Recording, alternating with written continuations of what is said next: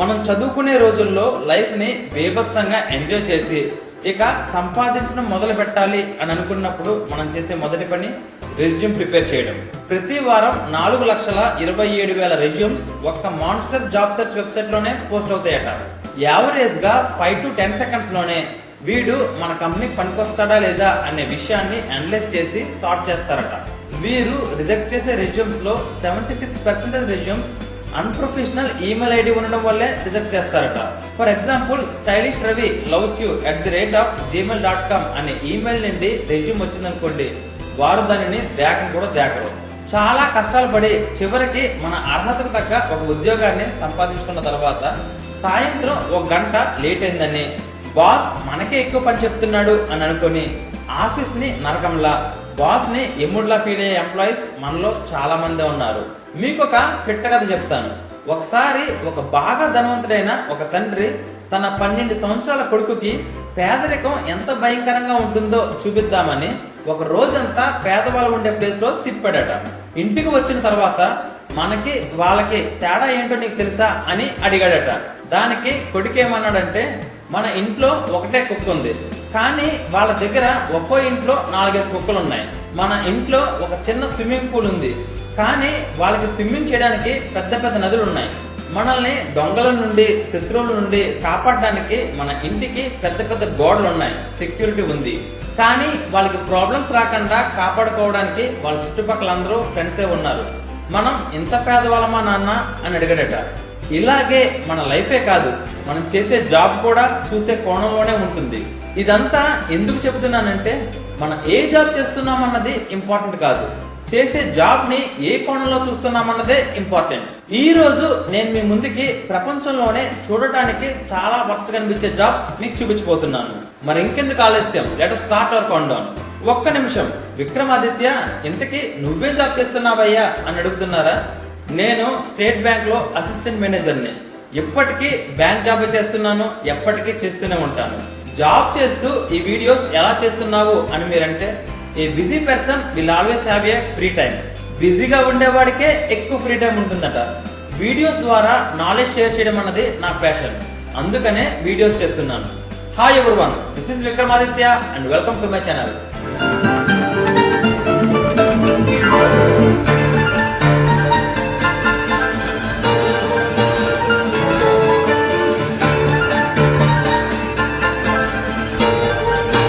Number 10, odour testers. మీరు body spray వాడుతున్నప్పుడు ఈ స్మెల్ చాలా ప్లెజెంట్ గా ఉంది, నాకు పెర్ఫెక్ట్ గా సెట్ అయింది అని ఎప్పుడైనా అనుకున్నారా? దానికి మీరు థ్యాంక్స్ చెప్పాల్సింది ఈ ఆర్పిట్ స్నిఫర్స్ కే.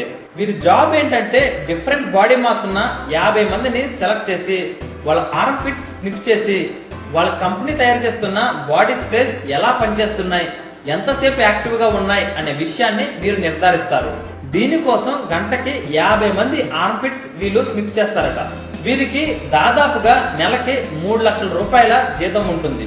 ఈ జాబ్ చేస్తున్న ఒక లేడీని మీరు వేరే వాళ్ళ ఆర్పిట్స్ స్నిఫ్ చేయడం మీకు స్టింకీగా అనిపించట్లేదా అని అడిగితే, లక్షలాది మంది ఆర్టీసీ బస్సుల్లో, బిజీగా ఉన్న లోకల్ ట్రైన్స్ లో ఇదే జాబ్ ఫ్రీగా చేస్తున్నారు, కానీ నేను లక్షలు తీసుకొని ఈ జాబ్ చేస్తున్నాను అని అంది. The best way of positive thinking కదా. Number 9, crocodile trainer. జూలో క్రోకోడైల్ ట్రైనర్ ఉంటాడు. వాడి జాబ్ ఏంటంటే, ఈ క్రోకోడైల్ యొక్క పవర్ఫుల్ జాస్ మధ్యలో వాడి తలను పెడతాడు, దాని ముక్కు పైన కిస్ చేస్తాడు. ఎంత ట్రైన్ చేసినా ఎప్పుడైనా ఆ క్రోకోడైల్ ఇరిటేట్ అయిందనుకోండి, వాడి సంగతి అంతే. ఇది చాలా risky job. Crocodile trainer killed అని యూట్యూబ్ లో టైప్ చేయండి, మీకు చాలా వీడియోస్ వస్తాయి. కొంతమంది ట్రైనర్స్ ని ఈ క్రోకోడైల్స్ చంపి తినేసాయి కూడా. క్రోకోడైల్ ట్రైనర్ యొక్క శాలరీ నెలకి 4 లక్షలట. ఫ్రెండ్స్, ఒక మోస్ట్ ఇంట్రెస్టింగ్ కథ చదివితే చాలు, అది ఒక మంచి జీవితాన్నే మార్చేస్తుందంటే మీరు నమ్ముతారా? కేవలం ఆ కథ మీ పిల్లలకి చదివి వినిపిస్తే చాలు, వాళ్ళ జీవితానికి కావాల్సిన విలువలు నేర్చుకుంటారు అంటే మీరు నమ్ముతారా? మీరు జీవితంలో అనుభవిస్తున్నా లేక రాబోతున్నా ఎలాంటి సమస్యకైనా పరిష్కారం ఒక కథ చదివితే చాలు మీకు దొరుకుతుంది అంటే మీరు నమ్ముతారా? Yes, it's possible only with the greatest epic ever told in the history of mankind. It's the Mahabharata. ఈ కథ ఒక సూపర్ హిట్ మూవీ కన్నా 100 రెట్లు గొప్పగా ఉంటుంది. It's a challenge. విక్రమాదిత్య మాటలో రాసిన మహాభారతం పూర్తి కథ 2 భాగాలలో, పుస్తకం ఇంకా ఈబుక్ రూపంలో అమెజాన్ ఇంకా 43 ఆన్లైన్ స్టోర్స్ లో దొరుకుతుంది. ఈ పుస్తకం ప్రపంచవ్యాప్తంగా 54 భాషల్లో దొరుకుతుంది. లింక్స్ ఈ వీడియో కింద డిస్క్రిప్షన్లో ఇచ్చాను, వెంటనే ఆర్డర్ చేయండి. ఎందుకంటే ఇది కేవలం ఒక పుస్తకం మాత్రమే కాదు, ఇది నీ జీవితానికి కావాల్సిన గ్రంథాలయం. నెంబర్ 8 ఎంబాల్మర్. ఎంబాల్మర్ అనే పదం మనకి కొత్తగానే వెస్ట్రన్ కంట్రీస్ లో వీరికి చాలా డిమాండ్ ఉంది. వీరి ఉద్యోగం ఏమిటంటే చనిపోయిన వాళ్ళని క్లీన్ చేసి స్నానం చేయించి వారి బాడీలోని యూరిన్ అండ్ ఫీకస్ కొన్ని ప్రొసీజర్స్ ద్వారా రిమూవ్ చేసి ఈ డెడ్ బాడీస్ కి మేకప్ వేసి క్రిమేషన్ వరకు పాడవకుండా ప్రిజర్వ్ చేయడం. వీరి ఉద్యోగం డెడ్ బాడీస్ తో మొదలయ్యి డెడ్ బాడీస్ తోనే ఎండ్ అవుతుంది. వీరు highly professional and certified persons. వీరి శాలరీ నెలకి 3 నుంచి 4 లక్షలు ఉంటుంది. Number 7 tower technician. ఎస్, ఈ పేరు వింటేనే మీకు అర్థమై ఉంటుంది. వీరు cell phone towers, radio towers, TV towers repair చేస్తారు. కానీ ఈ జాబ్ లో ఉండే రిస్క్ ఏంటంటే వీరు 1700 ఫీట్ పైకి ఎక్కి అక్కడ యాంటీనాని రిపేర్ చేయాల్సి వస్తుంది. ఒకవేళ ఎక్కడైనా ఒక్క రాంగ్ స్టెప్ వేసాడు అనుకోండి, ఆ టవర్ పై నుండి భూమిపైకి పడడానికి వీడికి గాలిలో 10 సెకండ్స్ పడుతుంది. అప్పుడు వీరు 160 km/h స్పీడ్ తో భూమిపైకి పడతారు. ఇంకా ఏమీ మిగలదు. ఎన్ని సేఫ్టీ ప్రికాషన్స్ తీసుకున్నా సంవత్సరానికి 10 మంది కన్నా ఎక్కువ మందే టవర్ టెక్నీషియన్స్ చనిపోతున్నారు. Number 6 mosquito researcher. Mosquito researchers అంటే యాక్చువల్లీ వీరు సైంటిస్ట్స్. దోమలు ఎలా కుడతాయి, వాటి బైటింగ్ హ్యాబిట్స్ అండ్ బిహేవియర్ ఏమిటి అనే విషయాలు వీరు రీసెర్చ్ చేస్తారు. దీనికోసం వీరే స్వయంగా దోమల చేత కరిపించుకుంటారు. 15 నిమిషాలలో 500 కన్నా ఎక్కువ దోమల చేత వీరు కరిపించుకుంటారు. వీరి salary more than 5 lakhs per month. Number 5 art models. వీరి జాబ్ ఏంటంటే బట్టలు లేకుండా నూడుగా కొంతమంది డ్రాయింగ్ ఆర్టిస్ట్స్ మధ్యలో పోజ్ ఇవ్వడం. కదలకుండా, ఎక్స్ప్రెషన్ మార్చకుండా, బట్టలు లేకుండా ఒకేసారి 10 మంది కన్నా ఎక్కువ మంది ఆర్టిస్ట్ మధ్యలో పోజ్ ఇవ్వడం అన్నది సాధారణ విషయం కాదు. వీరినే నూడ్ ఆర్ట్ మోడల్స్ అంటారు. చరిత్రలో మొట్టమొదటిసారిగా ఇలా గ్రీక్ దేశంలో ఉండేవారట. వీరికి చాలా డిమాండ్ ఉంది. శాలరీ మాత్రం మోడల్ అండ్ ఎక్స్పీరియన్స్ బేస్ చేసుకొని ఉంటుంది. Number 4 helicopter line man. మన ఊర్లలో చిన్ని పోల్స్ లా కాకుండా 1000 ఫీట్ కన్నా ఎక్కువ హైట్ ఉండే ఎలక్ట్రిక్ టవర్స్ ద్వారా వెస్టర్న్ కంట్రీస్ లో కరెంట్ పాస్ అవుతుంది. వీటికి ప్రాబ్లం వచ్చినప్పుడు ఒక క్రేన్ తో కాకుండా ఇమీడియట్ అండ్ ఫాస్ట్ రిపేర్ కోసం ఒక హెలికాప్టర్ ని యూజ్ చేస్తారు. వీరినే హెలికాప్టర్ లైన్ మ్యాన్ అని అంటారు. వీరి జాబ్ చాలా రిస్కీ కానీ డేంజరస్ ఏమి కాదు. వీరు చేసే ప్రతి పని ఒక ప్లాన్ అండ్ ప్రొసీజర్ తోనే ఉంటుంది. వీరి శాలరీ నెలకి 4 లక్షల కన్నా ఎక్కువే ఉంటుంది. Number 3 elephant examiners. వీరి జాబ్ ఏంటంటే ఎలిఫెంట్ యొక్క చూస్తున్నారుగా వాడి రెక్టమ్ ని క్లీన్ చేయడం.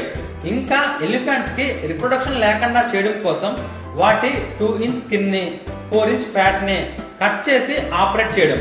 అయినా వాడు ఇది ఎలా చేస్తున్నాడంటారు? How. Number 2 road kill remover. అప్పుడప్పుడు రోడ్డు మీద కుక్కలు, పందులు, ఆవులు చనిపోయి కనిపిస్తుంటాయి.